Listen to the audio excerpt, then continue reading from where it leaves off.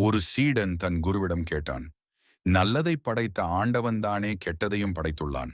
அதனால் நல்லதை மட்டும் ஏற்பது போல் கெட்டதையும் ஏற்றால் என்ன? அதற்கு குரு சிரித்துக்கொண்டே, அது அவரவர் விருப்பம் என்றார். பகல் உணவு வேளை வந்தது. அந்த சீடன் தனக்கு அளிக்கப்பட்ட உணவை பார்த்து அதிர்ந்து விட்டான். ஒரு கிண்ணத்தில் பாலும் மறு கிண்ணத்தில் பசுமாட்டு சாணமும் வைக்கப்பட்டு அவனிடம் உண்ண கொடுக்கப்பட்டது. சீடன் விழித்தான். குரு புன்முறுவலுடன் அவனிடம் சொன்னார், பால், சாணம் இரண்டுமே பசுமாட்டியிடம் இருந்துதானே வருகிறது. பாலை ஏற்றுக்கொள்ளும் போது சாணியை ஏற்றுக்கொள்ளக் கூடாதா என கேட்டார். சீடன் விழித்தான். குரு தொடர்ந்தார், பால் போன்ற நல்லவை நாம் மகிழ்வாய் வாழ அதனை அப்படியே ஏற்கலாம்.